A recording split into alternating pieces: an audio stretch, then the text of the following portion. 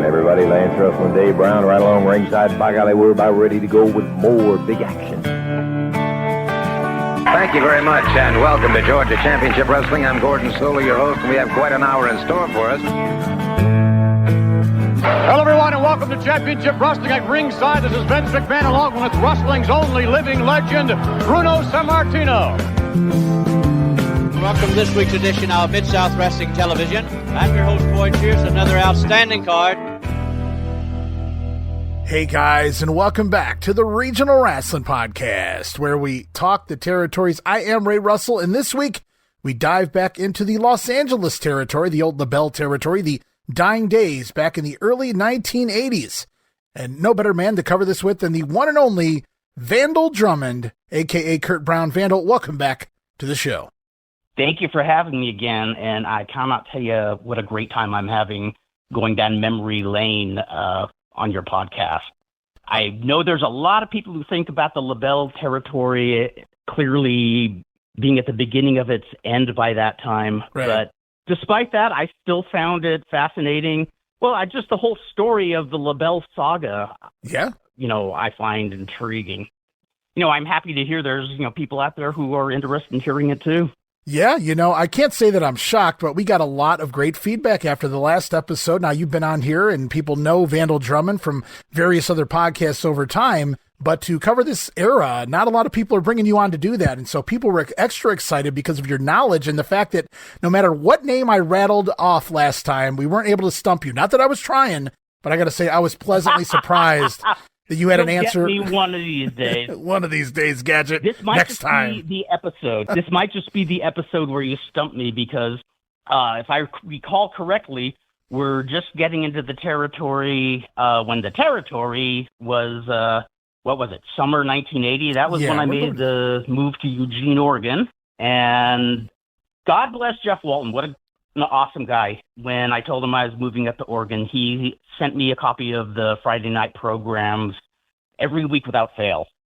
Amazing. Yeah, he was a great guy in regards to everything he did in the business, and all his contributions, certainly to the LA territory. And I'm having a fun time on another one of our regional wrestling projects right now, 1985 in the Memphis territory, watching him bleach blonde Jeff Walton, portraying Tux Newman right now over there, managing the Macho Man Randy Savage. And I do want to say that Walton was working as Tux Newman on an incredibly strange wrestling show in Hollywood. I want to say it was 1997. Ooh. And just to show how my inner mark never died is I was wrestling my longtime nemesis, El Físico Nuclear. And I just said, Jeff, I want you to manage me. And he said, you're fine as you are. You don't need me. I'm saying, I know I don't need you, but I want you. Please. Be my manager for tonight. So, another inner mark fantasy filled. Lovely. I love it. I got managed by Tux Newman. Not a lot of people can say that. No, it's true. It's true. Hey, I was managed for one night by the same guy who managed Macho Man Savage. Amazing. Maybe Savage had a couple more wins than you in his career. Maybe he did a couple more things than you, but pretty close. Yeah. Pretty close. Yeah. Savage and I, he was astounding in a very impressive way. I'm more astounding in let's analyze this guy for a few kind of way. Well, you talked about trying to stump you, and maybe you'll be stumped this week. There may be a couple of angles I want to run by you here that you may not recall because they took place over the summer of 1980 while you were in Portland. But at the same time, last time, I asked you about one of the talents that came through briefly here in the LA territory in 1980 under the name Enrique Yanez Jr., and you hypothesized that may have been Javier Yanez. And you were, in fact, correct. So yes. Even in being wrong, you were right. Oh, excellent. Yes, so even in guessing, you were... Excellent, that feels good. Yeah, I did a little digging, and I cousin of the Guerrero family, Javier Yanez did come through working as Enrique Yanez Jr. So that settles that, and we'll move into a new group of people and some really fun angles and storylines this week. We didn't do that a whole lot last time. You talked about some of your memories, but I didn't throw anything at you, and this week I went back and did a little more digging on some of the old classics boards and kayfabe memories boards. Got some fun stories I want to run by you here. Excellent. Really briefly before we start going, yes, I would, if you wouldn't mind, no. as we're doing Los Angeles, I want to just mention the passing of somebody whose name almost nobody would recognize, a gentleman by the name of Gary Sparrow, who was an avid wrestling and roller games fan. Wow. Going way back into the 60s, was a close friend of Danny Wolf, Broadway Danny Wolf, who notified us of his passing a few weeks ago. You know, he's one of those guys who, you know, he was never into the newsletters. He was, you know, one of us who would pontificate on what the next angle would be. He'd just say, hey, remember that time we saw Bobo Brazil? Cool, huh? A fan's fan. Sweet person. Yeah, a fan's fan, exactly. And one of those guys, he didn't have a lot to say, but, you know, had a really good heart and would sometimes, just by being around, they'd use him as timekeeper or, you know, keeping score at the roller derby. And the other gentleman who passed away a few weeks ago was John Cantus, who was one of the right-hand men of Eric Caden, who ran Hollywood Book and Poster for many years until his passing 10 years ago. And John was a really good guy, too. And he had been battling cancer for a number of years now and kept it at bay for quite a while. And I commend him for that. And he was also just a really nice, thoughtful person. And so I just wanted to give a quick salutation to two little pieces of the LA subculture, not recognizable names, but I think they are worthy of a salute. And if you say they're worthy, you know, I'm certainly very terrible to hear that. You know, unfortunately, rest in peace to both men. You know, I'm sorry that you lost a couple more friends, and after all of the morbid stories you told us on the last episode, I'm afraid that I know you now. What may happen to me next, but we'll just keep trucking along. That's the only thing that sucks about getting old. That's the only thing I don't like about getting old is we have to say goodbye to each other at some point, and you get a little more cognizant of that. Yeah, I still remember, you know, a couple decades back, maybe a little longer than that. I grew up, my grandparents raised me, and I remember one time my grandfather walking into the kitchen and saying to me one morning, everybody's leaving. And what he meant was, when I was growing up, all of the neighbors, you know, they all hung out, all the guys, the men, they hung out outside, hang out on the porch and have conversations at night or during the day or what have you. And he was the last one left at that point in time. And I kind of saw where he was coming from, and I thought about it. Yeah. And, it's, it's sad, you know, but it's, I guess it's a part of life is death. And, you know, but right now we're going to try to cheer everyone up, and we're going to go back to the early 80s and talk some more LA. Let's make this podcast scrumptious now. I like it. Scrum diddly unctuous indeed. And we're going to go back a little further than the early 80s here, because we're going to kick it right off with referee Johnny Red Shoes Dugan, who had been refereeing, by my count, for a good 25 years at this point, Vandal, but he was born right here in Cleveland, Ohio back in 1911, went to college 5 minutes from my house in the suburb of Berea, Baldwin Wallace College, and he turned pro wrestler in the 1930s, eventually became a referee, and he'd been doing so nearly 3 decades by this point. Yes, Red Shoes Dugan is, everybody has their favorite refs, usually via fond memories of watching them grow up. In mine, I have two, Red Shoes Dugan and Hank the Boxcar Matheny. Okay. Now, I think you remember when I talked about what was so wonderful about the Channel 13 KCOP studio shows was we had the holy trinity of hosts with Jimmy Lennon as announcer, Gene LeBell doing locker room interviews, and Dick Lane doing the commentary. If it could not get more perfect than that, well, it did get more perfect than that, because the presence of the two referees just added something to the atmosphere. Red Shoes Dugan was, I don't know how old he was at the time, but he was probably 60-ish or something like that. He was an older guy, but you could just tell what incredible shape he was.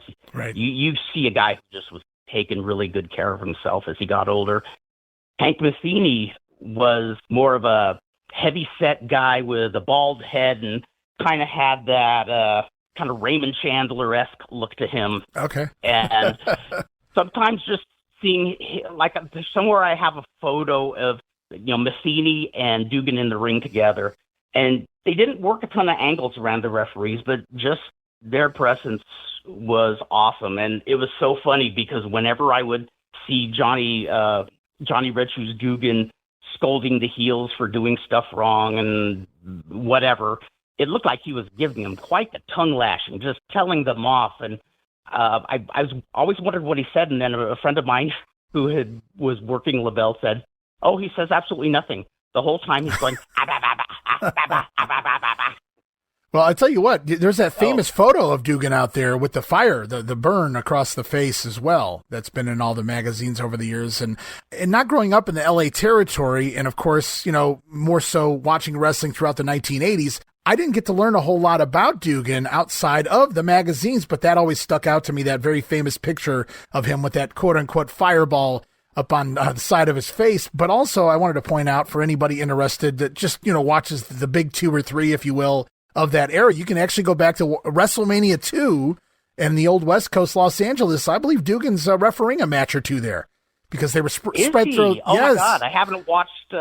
I do remember him wrestling on a lot of the LA cards when WWF moved in. He was somebody very respected. He even would get flown to Japan every now and then to do ref duties. His career goes way back. Like, I found results of him in Mexico in the 40s. He was an impressive guy. He's one guy I never took the time to try to, get next to and pick his brain. And I don't know why I didn't do that. Well, you were just a young punk kid back then, Vandal. He probably wasn't going to take you too seriously. I don't know. I don't know the guy. And he probably would have just wagged his finger at me and went, That's very possible, too. It just blew my mind to go back and realize that later on in the late 80s, popping in a VCR or VHS tape, WrestleMania 2, and I said, that referee looks like that guy in the mag, and he was wearing red shoes. And that's when I figured it out, and I said, oh, my God. He got that name for a reason, right? And so there he was at WrestleMania 2, and I thought, man, how old is this guy that he's still reffing? And I saw him in the books and, dating back to storylines, dating back to the 1960s and whatnot with him as a referee. So, and yeah. His signature spot was when there was a pinfall that was something like that was pretty climactic, like Mil Mascaras doing his body press.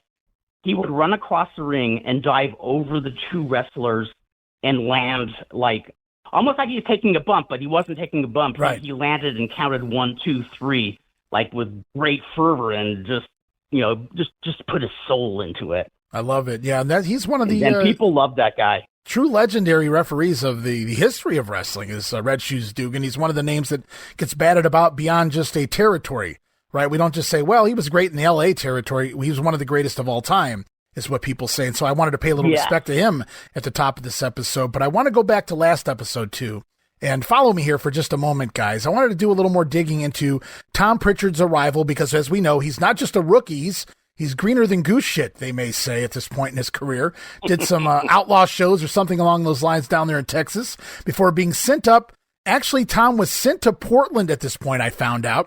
But he was supposed to stop along the way in L.A., apparently, Vandal. And he didn't realize that he was kind of getting screwed here by the LeBells because they told him, yeah, they don't need you in Portland anymore. You're just going to stay here in L.A. And Tom was so green, and they needed him so badly on the cards that Tom didn't think to call Don Owen or even call Paul Bosch and say, is this what's happening? He just went along with it. And, of course, he's going to make a lot less money here, but he didn't mind the beaches. He didn't mind the scenery. But you have to imagine, too, he was pushed much further up the card here in L.A. than he would have been in Portland at this same point in time in 1980 with Roddy Piper, Buddy Rose, Rick Martel, the Sheepherders and whatnot, riding high over there at this point in time. So you got to believe this was probably better for Tom Prichard in the long run. Yes, it was. And even though Los Angeles definitely was not Portland, there were still a lot of people he could learn from. He was wrestling people like John Tolos, Great Goliath. There's a good place to get a first push, in my opinion. I saw him, and, first, they billed him not just as Cowboy Tom Prichard, but his first advertisement, they just said, and appearing, Cowboy Tom. And I sat there and says, Cowboy Tom? How cruel do you have to be to do something just so uber dorky? I mean, Cowboy Tom. Why? I don't even know how to. Yeah, I don't even know if you could compare that to anyone else. Cowboy Tom. It almost sounds like an old midget name, right? It's a Cowboy Tom taking on Little Tokyo. An old midget name, or Or if you're watching a show like Dennis the Menace and his hero is just some generic Western guy like Cowboy Tom, like, Mom, Dad, Cowboy Tom's on at 7. That's an excellent analogy. Yeah, that absolutely sounds like something that would have happened on Dennis the Menace. Talking about going back old school here. I love it. So Prichard comes in at the beginning of 1980, and he's as rookie gets. But also the Hood has come in. We talked about the Hood. He was John Mantell under that Hood, although some people speculated early on that it may be Roddy Piper. I did some digging, and just as you said in the last episode, he did do a lot of Roddy's mannerisms to kind of confuse the crowd. And imagine this, the announcers did not do anything to sway you to believe otherwise. So certainly trying to hint at the fact that Roddy may still be in the territory, even though he really wasn't. Although he would stop by from time to time. And apparently, early on, the Hood's gimmick in the ring, the pile driver, illegal, banned in the LA territory. So what does the Hood do? He performs the tombstone. At the time, not called a pile driver, so a little loophole early on in the gimmick. I like that, a little clever. Yeah, the pile driver is banned, but not the tombstone. Found a loophole in there and getting heat. Believe it or not, even though I don't remember, that year super clearly, I remember seeing Prichard and the Hood doing a pretty lengthy match in San Bernardino, and that was back when they would sell that tombstone pile driver as something that could mess you up because they had a very, very competitive match, and the Hood finally went over, after Prichard avoids the tombstone several times, finally the Hood, nails him with it, and, they sold it like he was being helped back to the locker room, the whole way and just looking like he was so out of it. That's something that I do miss about back then is one hold like that could really mess up your career, put you on the shelf or cause you to leave the territory for another territory. And it was believable too, a maneuver like the tombstone, especially back in that era. Oh, totally. So what happens here is the Hood and Tom Prichard arrive within days of each other early at the very beginning of 1980 here. And it doesn't take long for the Hood to capture the Jules Strongbow Scientific Trophy. One of the many times Chavo Guerrero was the champion. He's defeated here by the Hood on February the 10th, leading to some matches between, as you just pointed out, the Hood and Tom Prichard. Both guys new to the territory and thrown in there together. And it becomes the Battle of the Undefeateds at that point. Makes sense. So they get to the point where the two men have a match on TV. I don't know if you remember this, Vandal, but I'm going to read it to you anyway, my notes here. The Hood and Tom Prichard battle to a TV time limit draw. The Hood asking for 5 more minutes, and he gets it. And they go to another draw again. So 20 minutes to 15 minutes, whatever the case may be here on TV. But they go to a second draw, and now Tom Prichard, in firm control, he wants another 5 minutes, and that's when the Hood waves it off. No thank you. And, of course, drawing mega heat from the fans, thinking that Tom Prichard would have won the match if Hood had just given in and given him those 5 extra minutes. LeBell used that angle off and on ever since I can remember, actually. Okay. It was effective. It worked. I think there was one point where they used it maybe a little too often, and some fans, and it was a baby face asking for 5 more minutes, and the fans are going, no, next match. Kind of like they kind of knew what was coming out of this. Before. Let's right. That's kind of funny. It reminds me of San Francisco when Bob Roop comes in and he tells the story of the first night in. He's walking to the ring, and the way everything's set up, there's literally fans at ringside telling him how the match is about to go, the angle that's about to happen. And he couldn't believe it. I love it. Because they had used it so many times. He was like, are you shitting me? I got fans ringside telling me what I'm about to go do, and I have to go do it. And so I love that. Not too long after that, Roop takes over the book. Kevin Sullivan comes in, and they set the town on fire for the next 9 months or so. But that's San Francisco. We're in LA, and we're going to keep rolling on. So the story there is they do the draw on TV, which leads to a no time limit match on March the 7th. The veteran of the two, the Hood, going to retain that Jules Strongbow Scientific Trophy, putting down Tom Prichard for his first loss, I do believe, in the territory. It's funny, I don't remember a ton about the angles and feuds from that year, but I do remember being intrigued that I think they were like semi-main, the two of them, for these matches. But I do remember they did a really good job of telling the story of just, these guys just struggling to hang on and win. it really told a good story of, Prichard being a rookie and, trying to keep his undefeated streak. And, they didn't just do a couple of weeks and, rush it. As I recall it, that was a feud that stayed around for a while. Prichard was green, but, he is better. He's better than most green workers of his day. Yeah, I mean, there's footage of him out there from this era, so you can go check it out, guys, in the Olympic Auditorium, and these guys just getting it done. And, what's interesting is they take two newcomers to the territory, and they put them in a feud against each other. Usually a newcomer is going to work somebody who's established in order to get them over. And these guys are able to get over working one another, so it says a lot for both guys as they're going to continue to dominate the scene here moving throughout the year of 1980. And last time out, you touched on something that I didn't know a whole lot about, so I did a lot of digging, and I've come up with some research here. And there was a build-up on TV. You talked about it. And in the programs as well, the arrival of the spoiler, the original spoiler, Don Jardine, arrives in early April here of 1980, but he leaves after just a couple of matches, even wins what they call the World Tag Team title with the Hood, defeating the Funks, I do believe. But the story goes, Jardine got his big payoff. Not too long after that, he leaves the territory without notice. Yeah, I wonder if the payoff was enough to help him pack up and move. I don't know. Yeah. They weren't quite Nick Goulis level, but I guess it was good if you liked the beach life and didn't want to travel too much. Right. LA wasn't a bad place to kick around too much, but if you had a family and you needed to make a living, LA probably wasn't the place for you. Yeah, hopefully it covered the U-Haul expenses at the very least there, that payday, working the Funks of all people. But so exit Don Jardine, enter Ron Starr, who was already booked to come in as a babyface. And rather than dispose of the spoiler character like you insisted upon last episode, never mention him again. They could have done, but instead, after the big build-up to put the spoiler on TV and in a top heel spot, LeBell and crew decided to put Ron Starr in the position of replacing Jardine under the mask as the spoiler. So Ron Starr becomes the spoiler, essentially. Very big difference in size, but I guess we're going to go with that anyway. Starr, his version of the spoiler, would soon defeat Chavo Guerrero for the America's title, and within weeks find himself unmasked to reveal the babyface Ron Starr. He was working double duty, believe it or not, working the undercard as babyface Ron Starr, or the midcard, whatever you will.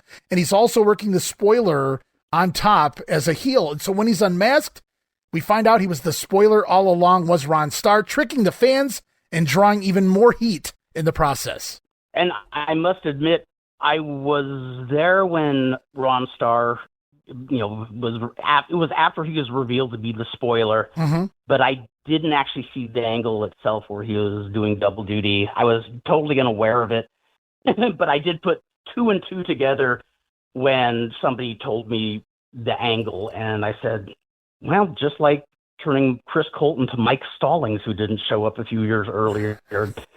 And even back then, when I didn't really know how the machinery worked behind the scenes, I just scratched my head, like, why did they do this?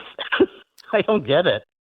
Well, we've got some other really fun, or at least interesting, angles coming up in the summer of 1980. I want to hit on those with you, but before we get there, we're going to talk about some of the other talent that came in throughout the first half of 1980, and it's going to start late February with Pampero Firpo. Oh, yeah. The man with the El Garfio, the claw, the hook, El Garfio, Pampero Firpo. What was your first memories of Pampero whenever you may have seen him?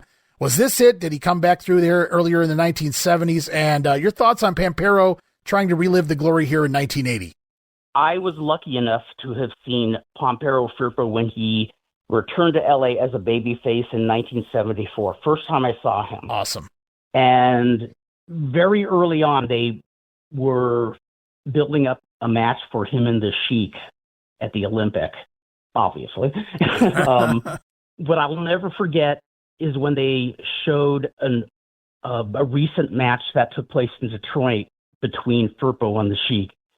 And the way they set it up, it was on the Spanish TV show. Mm-hmm.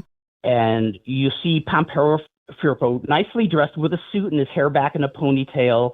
And it was Miguel Alonso was interviewing him. And, my Spanish sucked even worse than it does now. but you didn't need to know what they're saying. Firpo was just being a gentleman and being very cordial with Miguel Alonso. And then they say, well, let's look at the recent match you had with Firpo. And I can't remember how long the match was, but the finish was that Firpo has El Gorfio slapped onto the Chic, and the crowd's really popping. And then you see the bright light of fire, and Firpo grabbing his face and falling out of the ring and losing on a count out. And then they go back to the TV studio, and Firpo's hair is now all wild. He took out the ponytail. Ooh. His suit is all messed up, and he's in a rage, screaming that he wants the Chic. And Miguel Alonso is there just trying to calm him down, like, no, Pampero, calm down. Oh, it was epic. It was beautiful stuff. They used to book things differently back then, man. Everything sounds so, just so well put together. It was. LA was a fun territory. When it was still, really one of the better territories, it was very kitschy, very pop art. Like it was like a territory unto itself.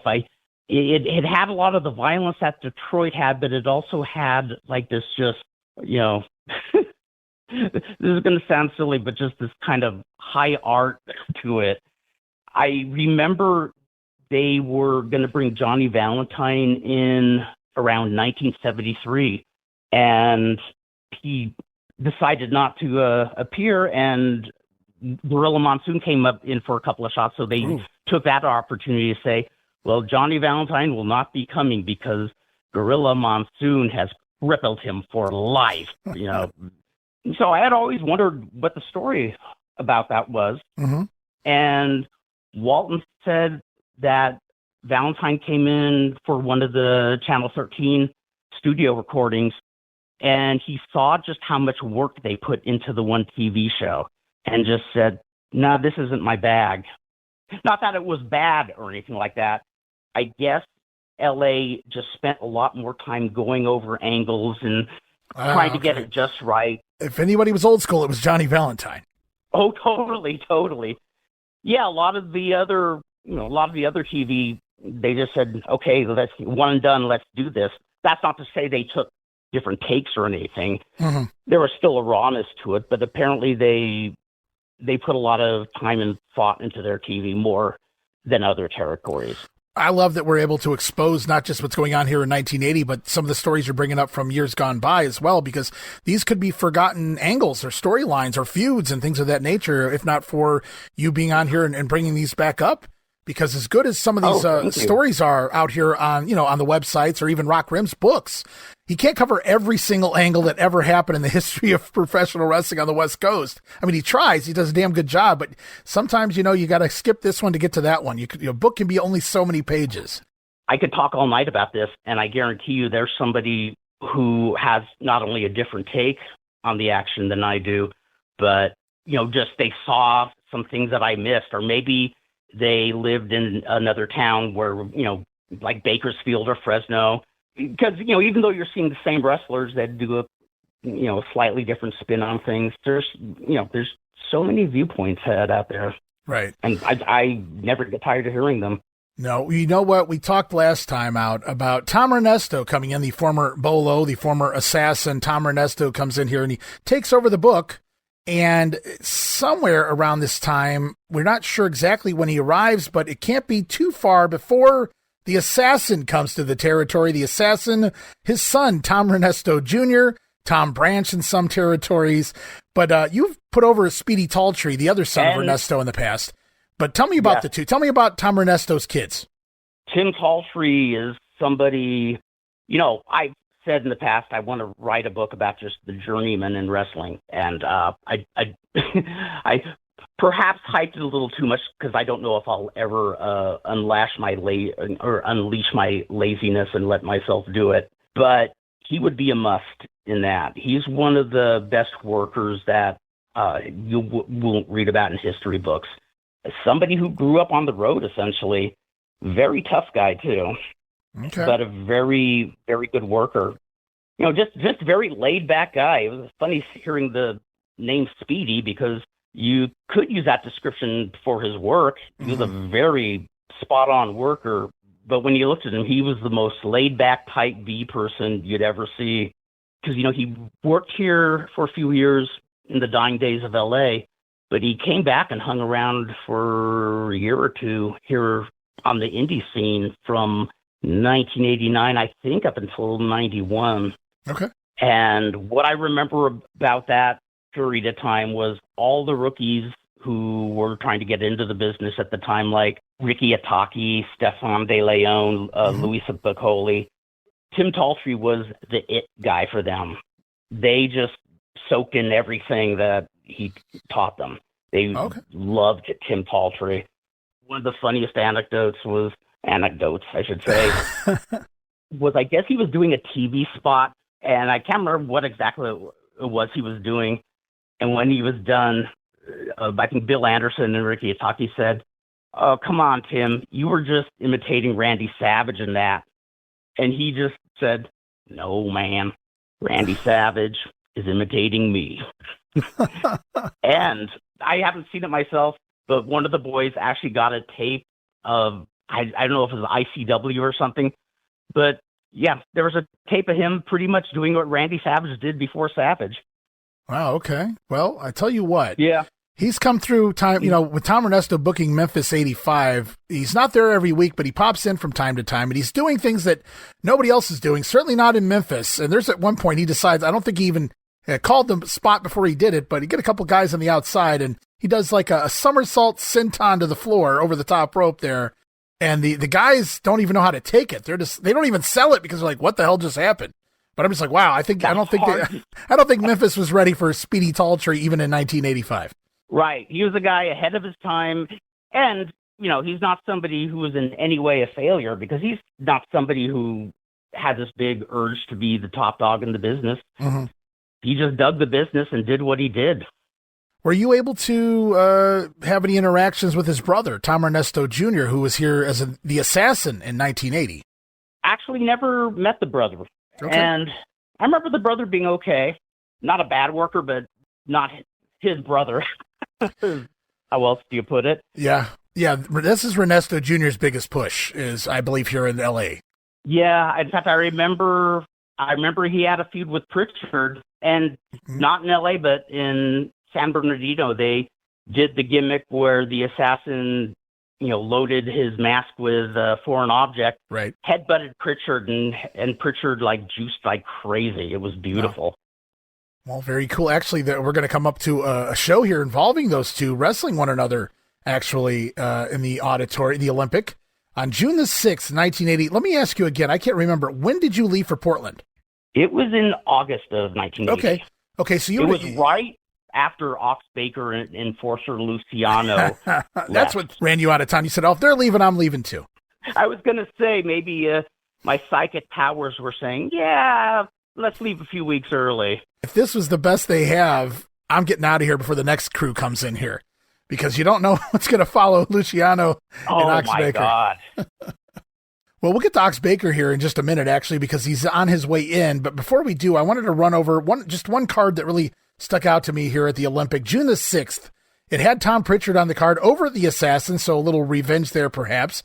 Also, Mondo Guerrero battling Al Madrill to a draw, so Madrill working Mondo. That's an interesting matchup. Smokey the Wrestling Bear, Smokey the Bear, the Rasslin Bear, coming to town to wrestle the Hood. Do you remember Smokey the Bear at all? Did he ever come through San Bernardino?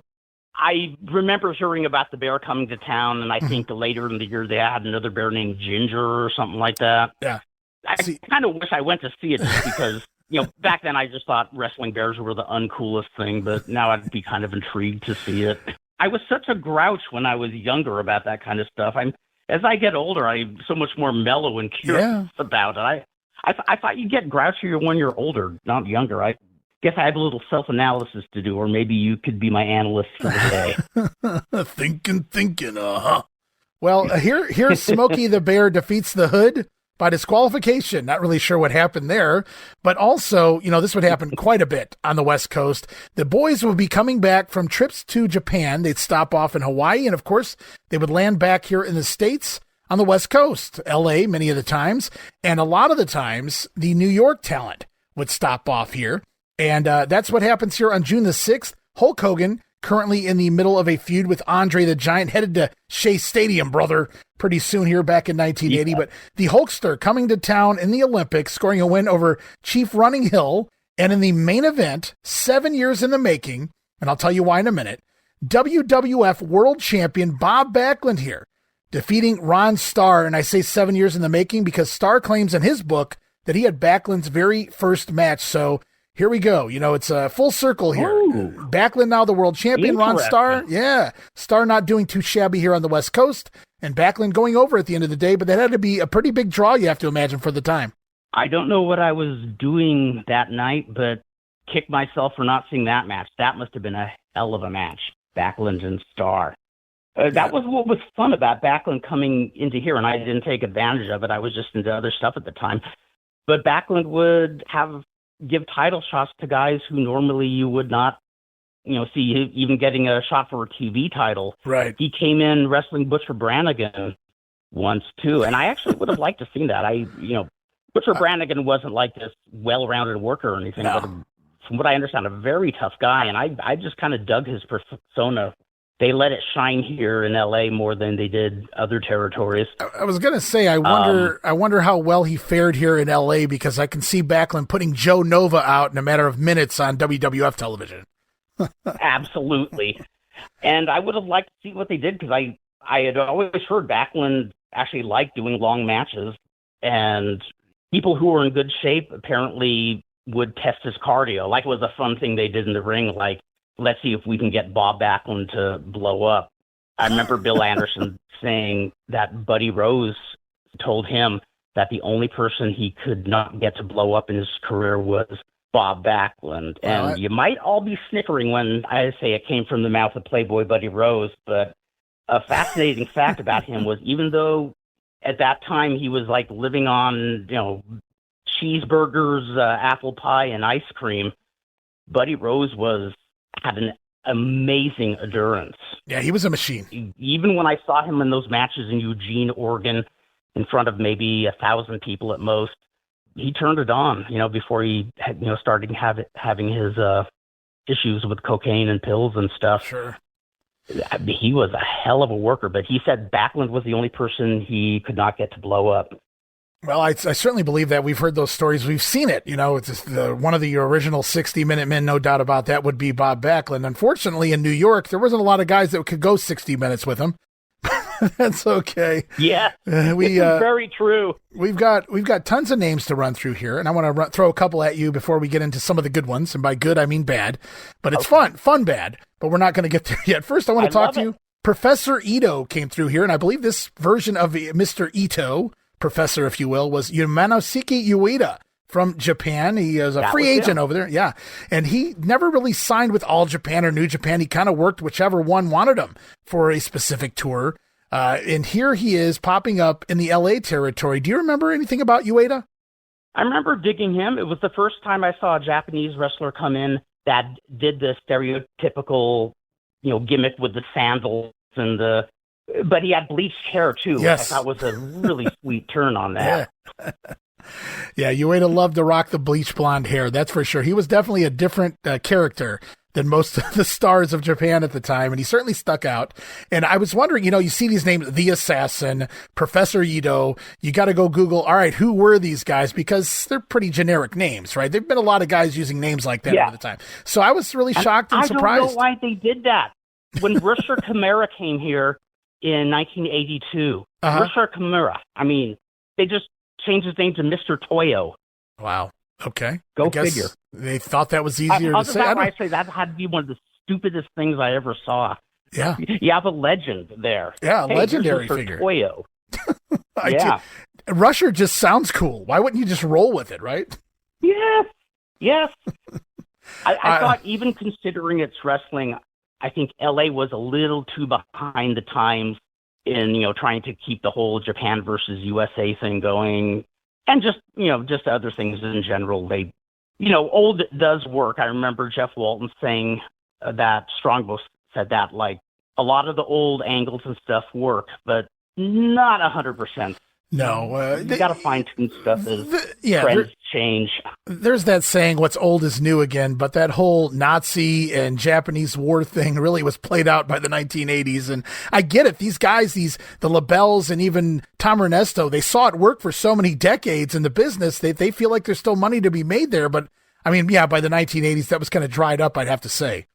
In fact, I think one of the, somebody could actually write a thesis on this and it would be good. It seems like the downfall of so many legendary promoters are taking for granted new trends or technology that's approaching. Yeah. Joe Makowitz, who, was the king of the San Francisco territory for years, right. Television came along and Roy Shire was his opponent, and Shire took advantage of this, this new trend of television where Makowitz just kind of like, yeah, whatever, we don't need it. And that was the downfall of Joe Makowitz. And I suspect that was part of what Shire's downfall was too. He had a lot of power and he really took advantage of it, maybe too much. Mm-hmm. And I don't think he was keeping his eye on the ball. I remember hearing some of the promoters really thought that when WWF came in and started buying up territories, that it was a trend and things will settle down and it will all get back to normal. I think that's a mistake a lot of us old uns get, is we underestimate what trends, what technologies are emerging. Right. The new normal. Exactly. Yeah, indeed.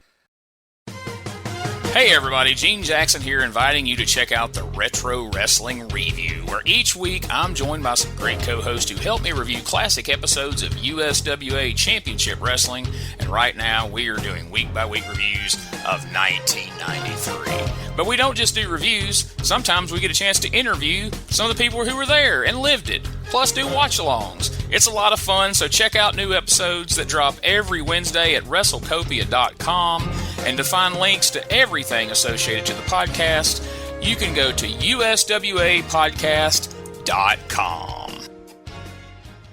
Hey guys, Ray Russell here, curator of the WrestleCopia Podcast Network, inviting you guys to listen to many of the programs here as part of the WrestleCopia brand, including, but not limited to, the Wrestling Memory Grenade, currently covering the 1988 and the WWF project.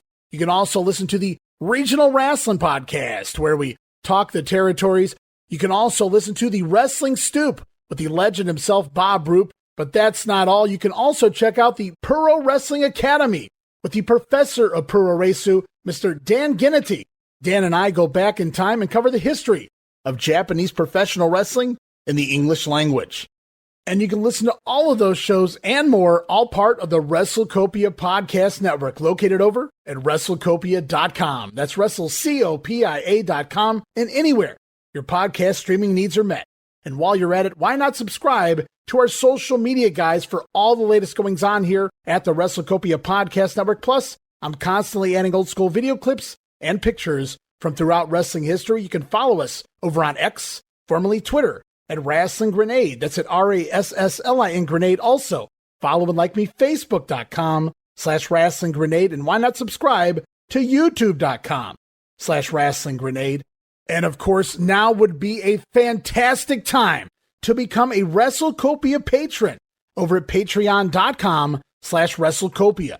That address again, Patreon.com/WrestleCopia, where you get so many gifts, including all of my insanely detailed show notes for every episode of The Grenade Show, Regional Wrestling, and the Monday Warfare podcast. You'll also get early access to a lot of the podcasts here on the WrestleCopia brand, where you can listen days and sometimes as much as a week earlier than the rest of the listeners. But that's still not all, guys. You also get at least a dozen digital downloads for your viewing and reading pleasure each and every month, plus random bonus video drops, and of course, the Patreon exclusive Watch Along series covering many past WWF and WCW events. And if that's not all, videocasts, also now a part of Patreon. No subscription, cancel anytime. Give it a try for a month, guys. I think you'll like the content that I offer, and every penny of it goes right back here into paying the bills. So if you're looking to support that next up-and-coming podcast brand, please consider making it WrestleCopia.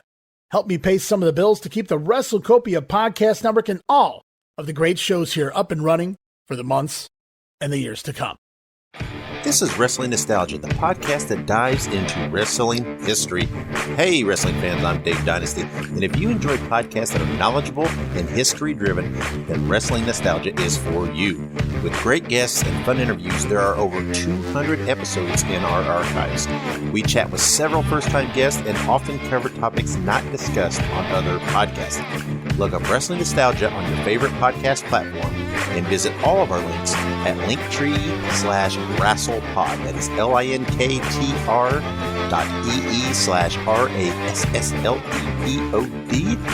And remember, wherever you go, whatever you do, be good, be safe, and keep on growing. As we head into the month of May, we're going to see some returns. We're also going to see some debuts. Fast forward a few weeks into the month of May, and we get the debut of one Walter Johnson, former defensive tackle, right here for the Cleveland Browns. And while Walter has been noted as one of the worst workers of all time, he had that key ingredient, marketability, as a former NFL player turned pro wrestler. So Walter quickly takes the America's title from Ron Starr. Got to get you over fun, if you will, which eventually leads to Starr seeking revenge. So we get a feud right out of the gate. Walter Johnson and Ron Starr, and you were there for some of Walter's matches, I have to imagine. I was. I saw him several times in San Bernardino, and yeah, seemed like a nice guy. I mean, I didn't meet him, but I just saw him interacting with people. Seemed laid back, but wow, that guy could not wrestle. He was really bad. Yeah, that's do yourselves a favor. Go on YouTube, Google Walter Johnson. Just look up any of his matches from Detroit or any territory for that matter. Well, you know, it's subjective at the end of the day. Maybe you guys will find him fascinating, but I don't think so. Yeah, you never know. You never know. What I remember was I really dug Chic Donovan back in the day. Of course, I didn't understand, you know, the mechanics of working a match. And I know back then he could drive his opponents a little crazy because I guess he kind of like would try to rush things or not forget spots, but had a different philosophy of how to do them, and just people were saying, "Oh, that goddamn Chic Donovan." But I dug him. I thought he looked cool, and I remember him wrestling a match with Walter Johnson. And even though I didn't know the concept of carrying an opponent or anything, I thought, well, it looks like Chic Donovan's almost wrestling himself here. And I got to say, he did a decent job of it. The match wasn't really that bad. And I don't know how he drew. I have to say I'm totally dumb to that. If he drew, he drew. Okay. You know, my philosophy is if he draws and you're a terrible wrestler, as long as you're not hurting your opponent and not having hissy fits in the dressing room. I mean, one of the biggest draws in history for Morris Siegel in Houston was Whisker Savage. And by all accounts, that guy did not know up from down in the ring, but it didn't matter. They loved him. I mean, he was box office gold. He was over. That's all it takes, absolutely. But unfortunately, I'm going to go out on a limb and say Walter Johnson, not that guy, because this doesn't last too long. Yes, Walter Johnson, you are no Whisker Savage. Well, I'm glad we got that figured out. Everybody, you can find it on DVD pretty easily. There's a movie called Swing Your Lady with Humphrey Bogart, and a very small part, which was the very first appearance of Ronald Reagan on the screen. But it is also the only film appearance of Whiskers Savage. Wow, and his nemesis is Nat Pendleton. And it's admittedly a pretty bad movie, but I watch it about once a year. It's bad, but it's quite enjoyable. And Whisker Savage actually is really fun in the movie, as is Nat Pendleton. Well, I didn't think we were going to be talking about Whisker Savage. If you asked me what we were going to be talking about this week, that would not be on my top 100, but I love that we fit it in. And that's what's going to happen every time out when me and Vandal get going. You never know where he's going to go, and I'm right there with him because, unfortunately, I've studied this crap myself for over 40 years, so whenever you drop a name, I just fall down the rabbit hole with you. Right on. You never know. You might just be bringing up what you think is just another name, and I'm sitting there, would I be stunned? Yes, I'll be stunned when you bring up some of these names. Some of them, they never came up in my mind since everything took place. Sure. But yeah, we're in a business where chaos becomes an art form, and so from Whisker Savage to who do you have for me next? Well, we're going to stay on Walter Johnson here for a moment. Actually, we're going to stay on Ron Starr, talking about his feud with Walter Johnson. So stick with me here. I wrote it out. I got it from about 3 different sources, and I pieced it together. I rewrote it, so stick with me. So basically, Walter Johnson comes in. He gets the big push immediately, defeats Ron Starr for the America's title. So Walter is the cock of the walk at this point in time, and that's going to lead to Ron Starr seeking a little revenge, and that he apparently gets. And I don't know if you remember this. I don't know if you've ever heard of this. I don't know if this actually happened, but this is a story that Ron Starr has told, and I've actually seen at least one other person claim they were at the arena when this took place. So here we go, guys. Right. All right. So apparently Ron Starr decides, I'm going to get my revenge, but without seeking the okay from the office. Not promoter LeBell, not matchmaker Tom Renesto, not even Jeff Walton were made privy to what Starr had planned to get some serious revenge, serious heat, during a big card on July the 4th, Independence Day at the Olympic. So Ron had apparently went out and procured what my wife likes to call a prop in pro wrestling, and he hid it under the ring to use it at the right time in an upcoming 6-man tag team match, July the 4th. That prop being a watermelon. Have you heard this one yet, Vandal? Oh, yep. Okay, so at the time, Walter trapped in the ropes during the 6-man tag team match. Starr leaps out of the ring and reaches under to pull out and reveal said watermelon. But it's not just any watermelon, guys. A watermelon sliced to break open, loaded with a brick inside. To Walter Johnson and every other human being on Earth's surprise, Starr busts the watermelon over Johnson's head, pieces flying everywhere and a brick falling out. Starr gonna steal the win, take the pin there. Now, reportedly, post-match in this confrontation, Starr heads back to the locker room to avoid what may have been a riot, and Walter comes storming back, having words with the LeBells. He claims he had been made a fool of, a black man being smashed with a watermelon in the ring. Now, Ron downplayed this in his book. He said the race portion anyway, stating it wasn't meant to be a racist angle, but rather just a visual of a watermelon exploding with a brick. What? That's what Ron said. Oh, yeah, you just chose to have a watermelon with a brick inside it. Well, it was the biggest melon he could find. Yeah, exactly. Right. You got a big melon on you? I need the biggest melon. Big melon. Oh, a watermelon. Okay. Yeah, we'll go with that one. Okay. Well, that's his story, and he's sticking to it. And rest in peace, Ron Starr. I can't really talk to him about it now. But apparently, Walter Johnson pissed off. He's going off on the LeBells. So needless to say, they're not happy either. But Ron Starr claims it was all for a good reason. Because when they announced later on the show before the main event that Ron Starr would be wrestling the returning Mil Mascaras at the next event, the box office went banana, to quote Pat Patterson. With fans buying up the tickets, needless to say, all was forgiven with Mike LeBell in regards to the ticket sales. He kind of let it go. But Walter Johnson, who was also upset, Ron claimed that he got over it too once he saw the ticket sales, because Walter would be defending his America's title on that card as well, which means he was going to get a piece of the pie as well. Ah, yes. And, I did not know about that angle before. Oh, wow, I did not know. Yeah. Whenever Mil Mascaras came in, Steve Yo, great historian. Yes. He always loves telling about when he asked what 2 wrestlers were your best draw. He asked Mike LeBell, and Mike LeBell said Mil Mascaras versus anybody. I mean, Mil Mascaras was box office gold. That's kind of like the story with Vince McMahon in 1989 when Vince says, I could put Hogan in there with anybody and draw ratings on Saturday night's main event. And they said, give him the genius, and still did well with that. So it's just, when you have a draw, you have a draw. Yeah. And Mil Mascaras, no doubt, was a draw, not just in LA, but many places, but certainly in the Los Angeles territory. Yeah, I've come to really appreciate Mascaras a lot more. He is very egotistical, but I used to think of him as the guy who just refused to do jobs, but there's a lot more to Mil Mascaras than that. His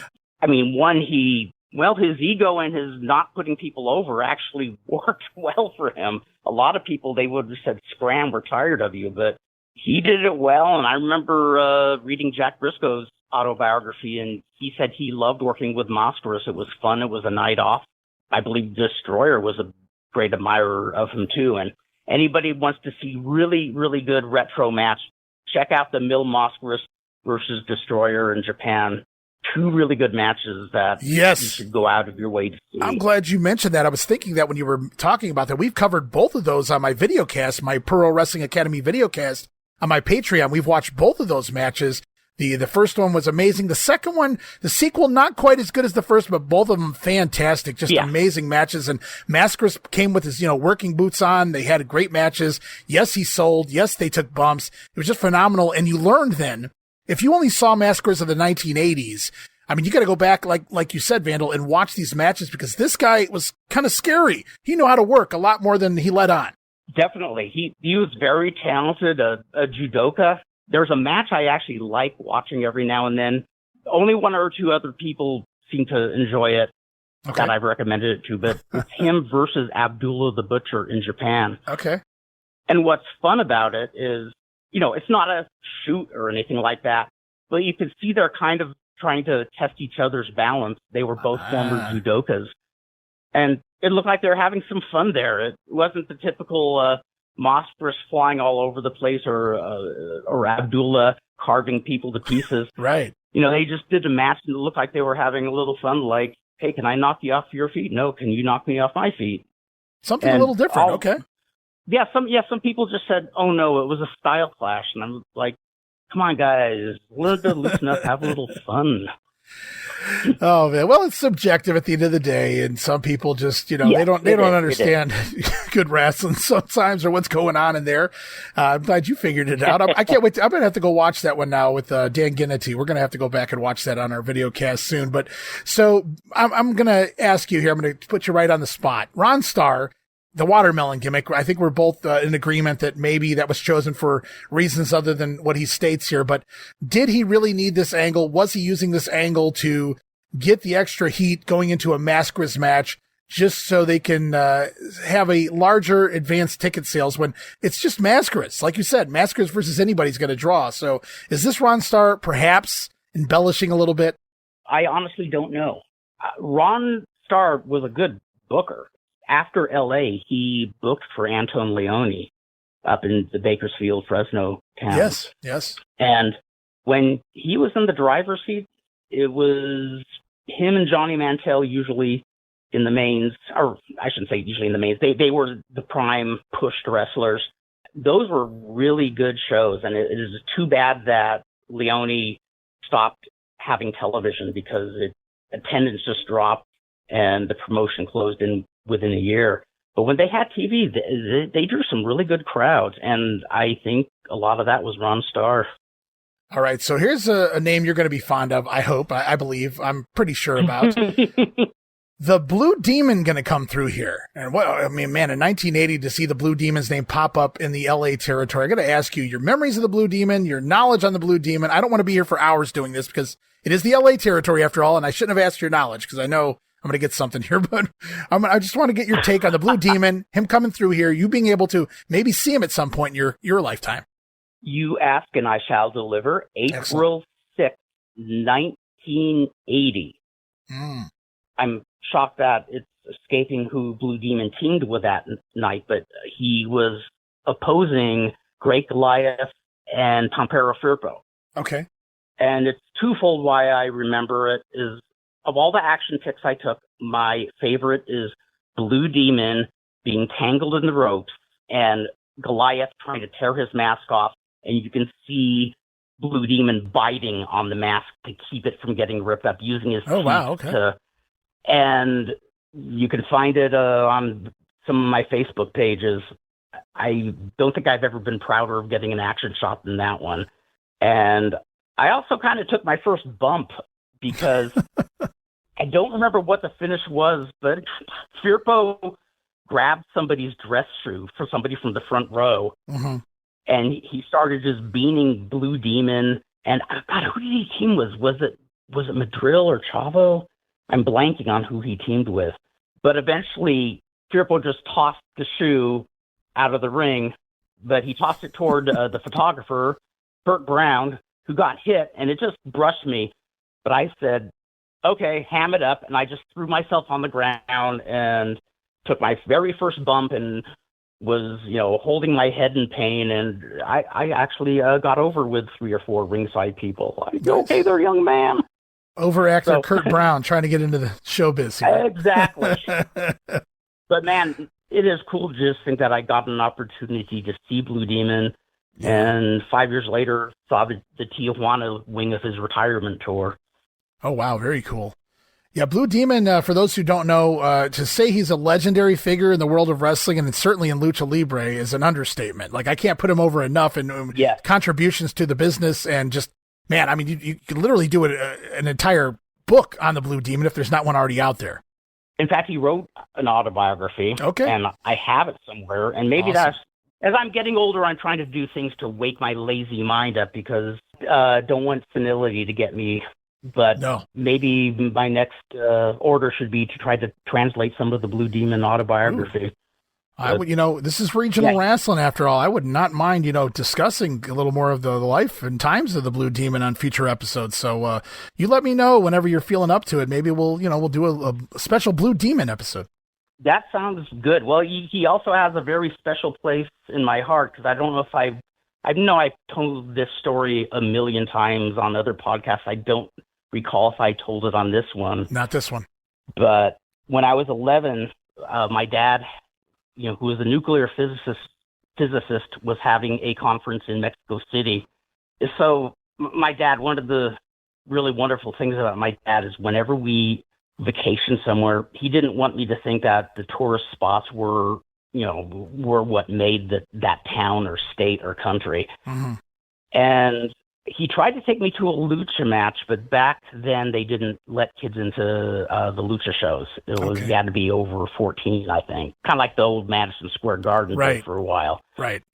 But he took me out to some little carnival one evening out in the middle of just nowhere. Like we were the only gringos there. Mm. And my dad just it didn't faze him. I was going to say that's a brave new world, especially back in that era.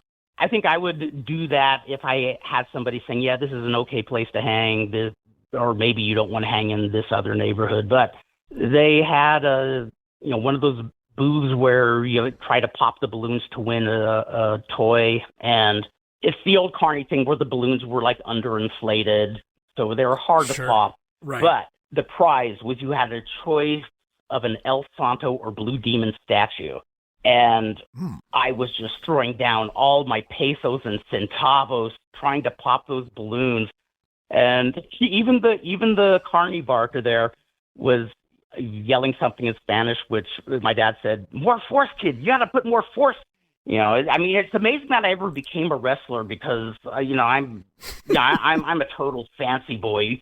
Tell me to throw something hard, I'll give it a nice, gentle slight.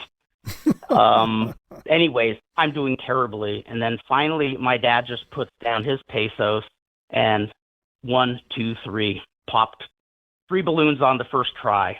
So if you're ever at one of those carnival booths and you want to win something like that, have a nuclear physicist with you who, just understands the rules of gravity and force and all that stuff. So to this day, I have my Blue Demon statue right next to my computer, and about the only imperfection on it, there's a little chip off his nose. But hey, there's a chip off the nose of the Egyptian Sphinx, so it just kind of adds a little to its tenderness. Well, that wasn't fair. You brought a ringer with you, though, Vandal. So that was That's right. That's right. That's because I needed a ringer. I was not born with this such grace. That's fantastic that you were able to. No, my dad was a wonderful guy. Yeah, he sounds like it, and to be able to keep, and a brave guy too, to do, to take you into Ciudad's Mexico. He was a cat. He was curious about everything. I mean, he wasn't really into wrestling, but if the Spanish telecast was on, he always was there for Miguel Alonso. He loved that was his other hobby, was languages. It wasn't until he was around 70 where he became fluent in Italian, but he knew just little bits and pieces of almost every language you'd bring up to him. And his fondest memory of taking me to my first wrestling match in 1973 was the old grandmother who kept screaming in Spanish, "Break his fucking leg." Well, those grannies, man, they were something to watch out for back in the day. I love that. You can watch footage sometimes. Priceless. And they were in every territory, were they not? From Miss Krieger in Madison Square Garden all the way to the West Coast. You always had at least one of those grannies ringside, man. They were not to be fucked with. And we had Josephine. Yes. Josephine, the African-American lady who was always in these, like, loud pantsuits. If you watch any show in the 70s from the Olympic, you'll see her. Okay. Very sweet woman, too. And she would even go to the Hadco Plaza Lucha shows. Really? Okay. Not religiously every week, but like about once a month or so. And she was just as into it as she was the big shows at the Olympic. Wow. Okay. You know, I was talking to Vandal off air too, guys. For anybody interested in all of the lucha stuff that was going on, that crazy lucha scene out in the LA territory back in the 70s and certainly in the 1980s here, Vandal knows all about it. And, you know, he's certainly spent time around all those guys and was all up in that as well. So he knows a whole lot. Down the line, I'm going to try to get some research done as best I can from my end, because a lot of that's going to come straight from Mr. Kurt Brown's mouth when we get there. But we're looking forward to tackling some of that later on.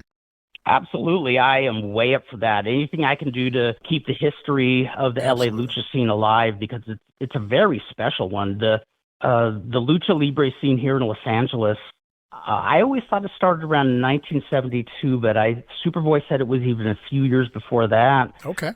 But somewhere, give or take a year, 1970 is when it really started up. And fast forward to today, you have a lot of the old retired wrestlers who have grandchildren who are now hitting the wrestling scene. And it's very intriguing. It's kind of a different take on guys doing indies, because I've met several sons or grandsons of local wrestlers, and you'll bring up like famous people in WWE from the 80s and stuff, and they don't really seem to know who it is, or they don't remember Brian Pillman or something like that. Right. A name like that. And we're saying, boy, you really don't know who he is? And they're saying, yeah, you got to understand that wrestling is just seeing my dad and maybe watching a little lucha on TV. But to them, it's just kind of like a family thing, a community thing. John Tolos, the Golden Greek, returns in May of 1980 here to the Los Angeles territory. He comes back as a babyface briefly before turning heel. Were you able to witness some of the return of one John Tolos to LA? Yeah, when he made the return as a babyface, he got over really huge. Again, this is when I was kind of bowing out and doing a lot of other things besides wrestling. Mm-hmm. But when they turned him heel, I think at the time, even though I didn't really understand the business, I kind of thought, it seems like they're turning guys heel like Pampero Firpo and Tolos. And not that they weren't good, and Tolos was in amazing shape at his age. Yes, he was, yeah. To be the top heel, I don't know. I think it meant they're kind of running out of fresh heels. And that's no derogatory statement toward Tolos. He wasn't very excellent in it, but I think they were just kind of running out of fodder. Do you think people wanted more of that nostalgia act? Yeah, but the thing is, they were here for months, and so the nostalgia effect wears off quickly. Sure. And Firpo, I loved Firpo. Man, I never really got to meet him, but I just loved watching him. And I think LA was I think that was the last actual territory he did.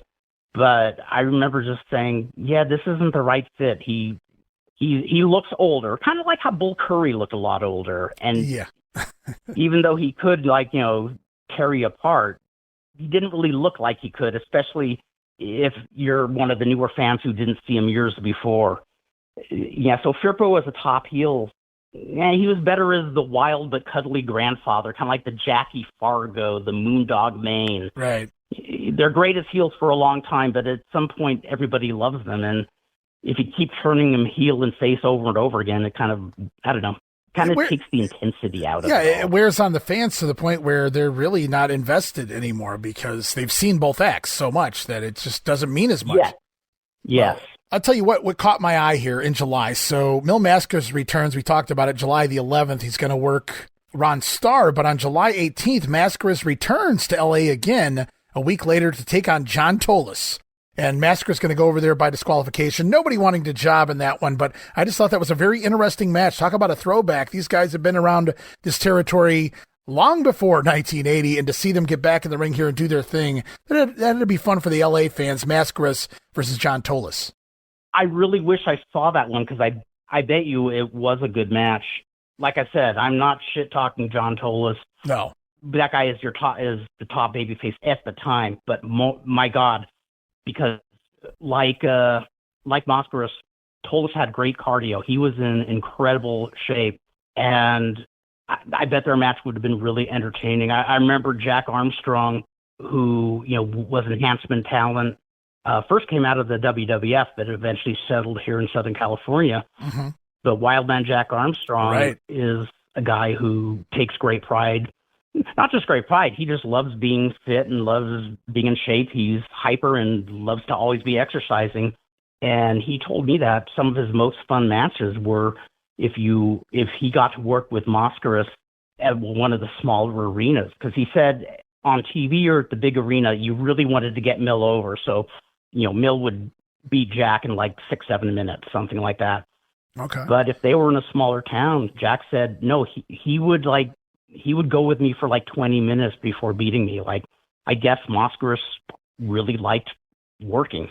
Like, he loved having a long match. He got a good part of his workout in each night. Well, as I scroll along to the next week, I made a joke there of neither guy wanting to do the job, but they bring the match back, a rematch here, which makes sense that DQ now, because Mascaras is going to score a pinfall over John Tolos, going to do some business here, make a couple bucks, no doubt about it. Mascaras going over Tolos July the 25th, and on the undercard, looks like maybe some issues between Tom Prichard and the Golden Boy, Chic Donovan, over the summer of 1980. It's Tom Prichard defeating the Golden Boy in a coal miner's glove match. So that ought to be a really interesting matchup for the time. That would have been interesting, yes. I mean, Prichard was still green, but I bet you, but he had been watching wrestling since, he was a baby, so I bet you he knew what to do with it. Yeah, I mean, the gimmick matches were certainly big in Texas, but LA had their own as well, and they loved to do the cage match. In fact, they were the ones that, I won't say they invented the big steel bars that we would see in the WWF, but I do believe, correct me if I'm wrong, that's where Vince got that cage from. He uses it for the first time in LA, and if you go back to WrestleMania 2, who do you see putting the cage together but a longtime veteran LA wrestlers? Oh my gosh, I didn't realize that. Yeah. That's so cool. I wish I could name drop them right now. If you go back and watch it, they easily stick out. You can see who they are. I haven't watched it. I would recognize them, no doubt. Oh, absolutely. I recall the cage so well, and it kind of ruined cage matches for me in other territories because the rules were you had to pin your opponent, and then you had to climb the cage all the way up and all the way down until your feet touched the floor outside. Mm-hmm. And so sometimes you see somebody get a pinfall, and then he's, trying to scale the fence, and he gets over, but his opponent, gets a second win and gets up there and grabs him like through the cage by the trunks or something, and they're battling it out. I can't remember when I saw a cage match for the first time somewhere else, but the rules were whoever escapes the cage wins. And they had a door that you go through instead of scaling it. Right. And I just thought, wait a minute.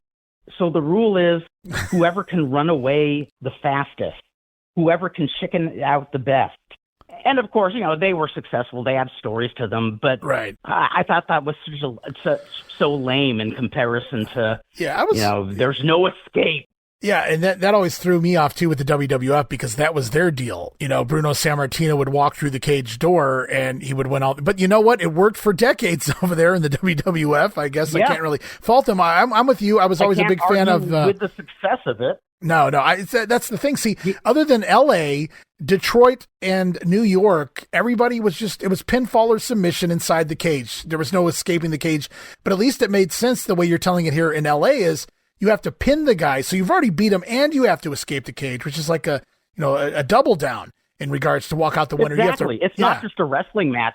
You're giving it your all, and you're scaling that fence, getting out of there after you've handed the guy his defeat, or did you? Because just when you're about to touch the floor, there he is to try to escort you upward back into the cage. Yeah, I've never been a fan of just the escape the cage deal, but you can't deny the sound of the Garden every time Bruno walked out of that cage door.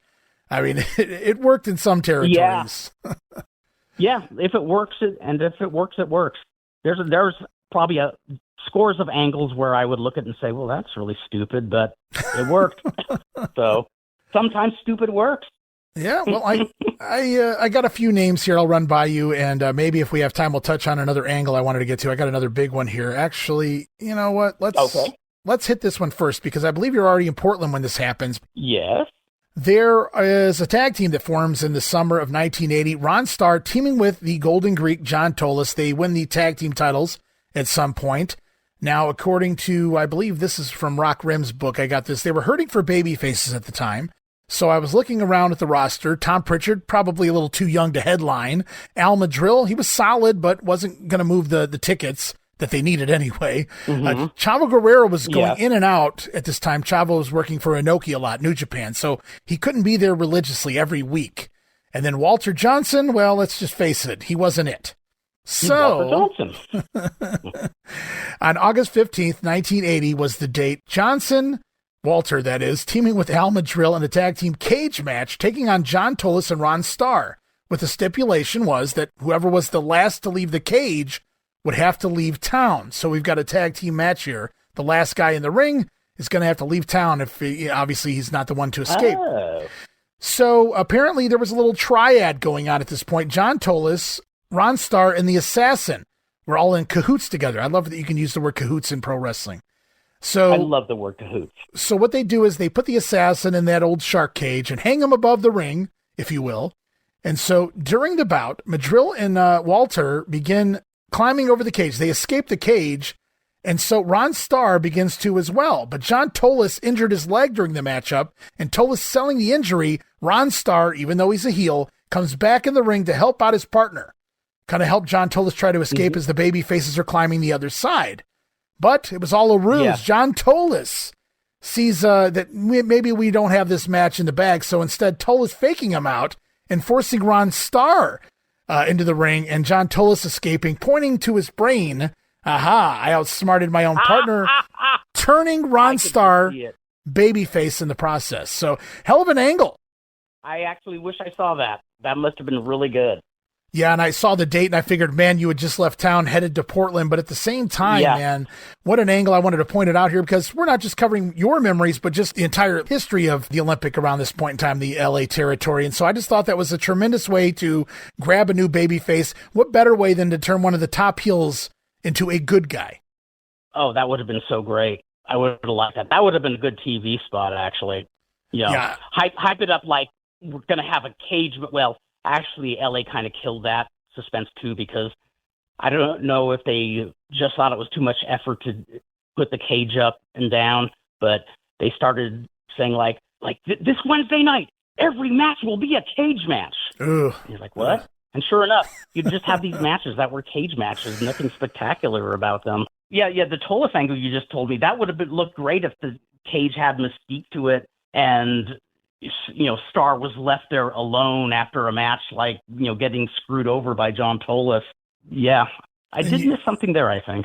Yeah, well, the fun part of the story is, of course, he's turned babyface ultimately after being screwed over by the despicable John Tolos. And, obviously through some loopholes somewhere in the contracts, I have to imagine Ron Starr returns as a babyface to come back and get revenge on Tolos. So there you go. Instant feud created out of the blue. And John Tolos and Ron Starr, one day, two of the most hated heels. Now one of them, one of the top beloved baby faces, and just a hell of an angle. And go back real quick. You talked about an entire card of cage matches. That feels like somebody just put the cage up early and didn't feel like taking it down. What the hell? Put all the matches in the cage. I know. That's what I was even thinking about it at the time. I said, did they not want to pay whoever the crew was the extra $20 to take it down before the next match? But yeah, you'd see matches even with two prelim guys in a cage. And wow, to this day, I don't know why I've never asked Jeff Walton about that. I'd love to ask Walton why they did that. Well, it totally killed the mystique. In some of those guys' careers, that may have been their matches were very good. Yeah, I'm sure they were, but in some of those guys' cases, I have to imagine it may be their only chance to be inside a steel cage. So I bet they were eating it up. Oh yeah, totally. I could just see somebody pointing to their photographer friends, like, this is the only time I'm going to be in a cage. Sell me for $1 million. Make me look like a main eventer for a few. Somebody better get a few camera shots out of this. I'm going to buy them and put them in the mags, man. That's right. I'm a big deal. Look at me in a cage match over here in L.A. Yeah, absolutely. Pass it around to some of the other territories. That's the one thing I remember everybody saying back then. Wrestlers, obviously, especially the younger ones, like, am I in the aftermag yet? Am I in an aftermag? That was the thing. Well, I was doing some digging, and I came across some other names that pop up here in some of the results for the first 3 quarters of the year. We're moving into the end of 1980 now, but before we get to that, I wanted to run a couple names by you. Maybe you remember them, maybe you don't. One of them I think you will. But first, I'm going to just a kind of a generic, regular, average Joe name. In fact, a average Jose name, guy by the name of Jose Chavez. Seems to be a preliminary guy here. Wow. I've seen the name, and I think it was so brief, I don't recall him. Yeah, there's not much here. You got me. But because you had so many answers last, I wasn't trying to stump you. I just figured there's names that I skip over sometimes, and it's like I tried to skip over them, but I named them last time, and you had answers, so I said, I'm not skipping anything here with this guy. So I just figured I'd throw it in there. All right, well, tell me, what are your memories of Buddha Khan? Buddha Khan? I met Buddha in 1983 when I was being trained by Pistol Pete. Pistol Pete was the first wrestler to book me on the show. He was booking for Carl Lauer, and Buddha was his tag partner. Buddha was a really big guy. Actually had kind of a cool look, not main event or anything, but the dude could not wrestle. But he was a very, very nice man. You had to do a lot of fact checking when he would, tell you his life story, because he did have a wild imagination. One of those guys, eh? Okay. Oh yeah. He, in hindsight, God, it was entertaining. But a very nice guy, very, very pleasant guy. Really wasn't much of a worker. He was trained by a local guy, Billy Rogers. He told people he was trained by somebody back east, but Billy Rogers was an enhancement guy from the, I think, 60s and 70s. Guy who was in really good shape, okay wrestler, but he had a wrestling school. Every now and then, one of his students would be given a shot in the LeBell territory. There was one named Saka Moana. Oh, yeah. A Samoan American wrestler. Mm-hmm. I think he came and went, I'm not sure. But Buddha actually stuck around. Yeah, very nice man. Couldn't work, but God, what a nice guy. And yeah, I knew him through the years. One of the, just one of those guys. Oh God, how do I sum up Buddha Khan?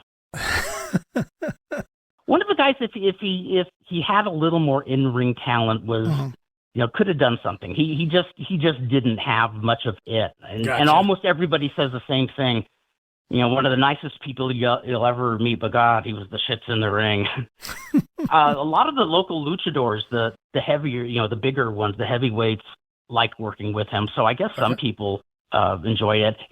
Let's put it this way. He wasn't a good worker, but he also wasn't clumsy. He didn't hurt people. Gotcha. Well, that's very important. And his little piece of trivia, his dad was an Army Ranger in World War II and had a street named after him, Eddie Carter Boulevard in L.A. Oh, wow. Okay. Wow. Very cool. I did not know that. So thank you for that little tidbit of information. Yeah, that's pretty cool. Nice little trivia thing. So Buddha Khan, one of the nicest people ever, but just, when he used to, we lost him about, I think, 6 years ago now. Yeah, he was fun to talk with, but you had to take everything you said with a grain of salt. Understood. I've heard that quite often about other guys in the business, so that's nothing new, but it's good to hear. He's a good dude, and it seems to always be that way when you're the drizzling shits in the ring, or at least not very good. You seem to be a nice guy out, so there's always something nice you could say about someone, but maybe not everybody, but most guys. I do have a hunch the reason he kept getting work is because he was a guy who didn't make trouble. He wasn't good, but he wasn't bad to the point where people got hurt working with him. So he does actually leave a sweet legacy. Very, very cool. I like it. So we're going to close on a high note here. I like to think it's a high note anyway. Some of the talent we did not get to this episode, but we will definitely be kicking off the next time around because you are coming back, aren't you, Vandal? I am. Hey, as long as you'll have me. I'll take it. Unless you think I'm the Buddha Khan of guests. No, well, definitely not. I love doing these shows. I have a blast chatting it up with you. So some of the guys that we haven't gotten to yet include Enforcer Luciano. Of course, he's going to be coming up at the top of the next program, so stay tuned for that. But right now, what I want to get into is a couple of memories you may have of Ox Baker coming through the territory. Oh, one of the best memories ever. I remember they did the usual build-up for Ox Baker, saying he's killed 3 men in the ring. Yes. And, you're just, they just play him up to be this cold-hearted killer. And in fact, I remember, I probably should look it up because I could probably find the exact date. It was a 6-man tag when he debuted in San Bernardino with Enforcer Luciano and Chic Donovan. And they were wrestling Al Madril, Tom Prichard, and Apollo Jalisco Primero. And I remember Mike O'Hara, who used to do the Combat Sports newsletter, was telling me, you should go see Ox Baker before you head up to Oregon, because this was literally like, I think, a week before I went to Oregon. Okay. When they made their debut. And he said, he's not much in the ring, but my God, he's great for photos. And I thought about it, and I thought, yeah, that's cool. And I must confess, when I was a little kid and read about him killing men in the ring and not having seen him wrestle, I was actually scared of Ox Baker. I had a nightmare once where I was going fishing, in this nice placid lake, and I catch something. I'm reeling it in, and I caught Ox Baker, and he's coming out of the sea, and he's going to kill me. Wow. And I think I was like 10 or 11. It just scared the crap out of me. But yeah, so he had this mystique to me, this aura. And even though I'm now 18 and know he's no killer, I just thought, wow, I wonder how he'll come across. Because that's pre-video, home video age. I had never seen tapes of him, that sort of thing. Right. Well, the whole match is he and Enforcer kind of go to town on the baby faces a bit. And then they tag to Donovan. And they played a prank on him where they just had him do the work the rest of the night. The baby faces are just like, plowing over Donovan, hitting him this way and that. And he's running to tag Ox Baker and the Enforcer. And they're smiling, saying, no, you got him, kid. You got him. And you just see Donovan like, what the fuck? But what was even better was he totally killed the killer aura, because after he got in the ring, and I think Prichard did the spot where he grabbed him by the whiskers, something like that. And when he tagged that out, he yells out into the crowd to his infant daughter, Megan, the same Megan that you may have heard on Brian Solomon's podcast recently. But he said, Megan, they're doing it again. They're pulling Daddy's beard. They're hurting Daddy. Don't worry, Megan, I'll be okay. Wow. And I'm just saying, this is awesome. This is better than a good match. Oh, man. Just sounds like seeing it. them, seeing them pranking Chic Donovan, and just he's blowing up like crazy. And then I'm there at ringside, and he's standing in the corner, and he looks at me, and then he does the heart punch pose for me. Oh, wow. Okay. And I'm like, thanks. And then I go run around the ring to get a action shot in the ring. And he screams, kid, hey, kid. And I didn't hear him at first. And all the audience are saying, hey, kid, he's calling for you. I'm like, what? And he goes, get back over here. I want to get one more. Let's make this really good. And so I have a photo of him with his dreaded heart punch. And he's just having a good old party that night. Sounds like it. Yeah. Well, what's funny is he wasn't he got over okay as a heel, but I don't see how. I was going to say, the Big Ox, he was never accused of being one of the greatest wrestlers of all time, but he certainly knew what to do when it came to the magazines. He had that look, and that's what got him over. It was very believable. And of course, the backstory where, yes, a couple of wrestlers have passed away after matches with Ox. It just so happened to be. You could prove it, actually, even if you went out. Wrestlers could claim that and get away with it too back then, but Ox's was legit. Absolutely. So they blamed it on the heart punch, and he got over it. I feel like he came into the WWF before this LA run, because he comes into New York in 1980. He's going to be the next heel for Bob Backlund. He does one set, maybe two, of the TV tapings, and they decide that he's so terrible that they can't use him, and they send him on his way. And I've seen some of the other guys they brought in from time to time, and I'm like, could he have been that bad? I mean, it was a kick and puncher, and that's New York all day long, but they don't keep him. They send him on his way, and I feel like...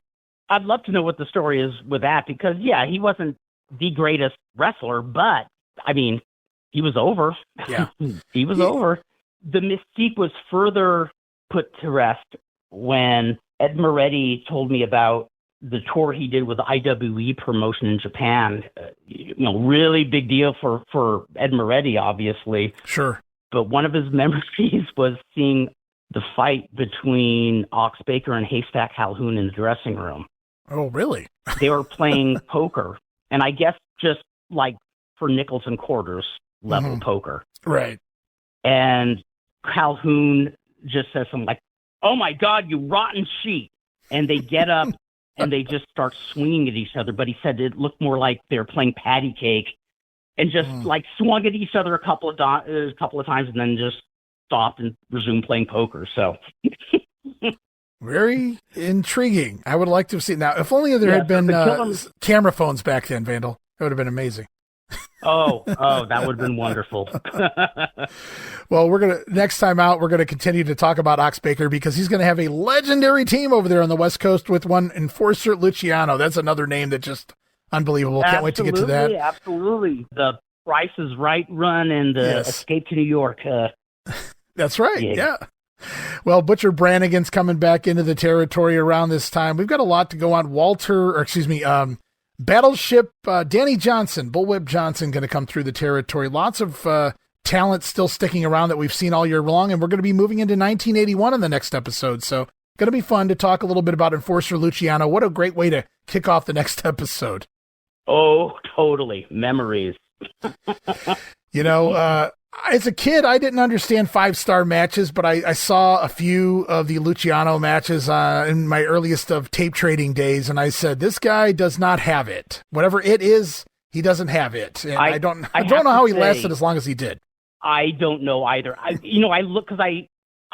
rewatched a few of his matches when, you first started having me on as a guest. Yes, yeah.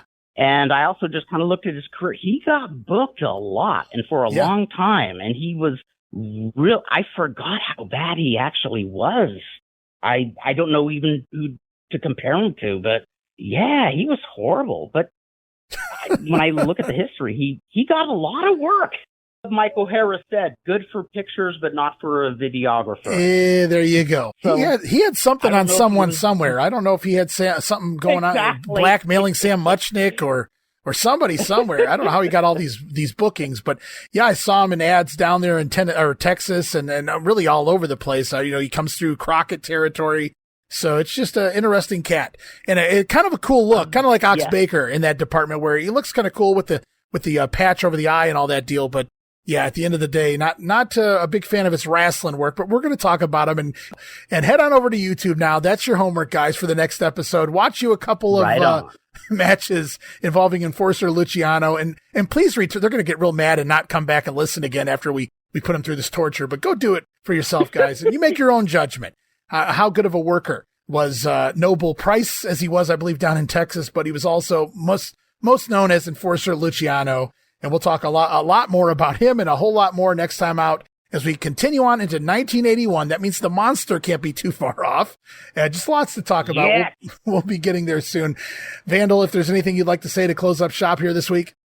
Just thank you for having me on. And I also want to thank the people who have sent me, just notes and comments saying they enjoyed it. That means the world to me. And just got to say, this is a lot of fun. And look me up on Facebook.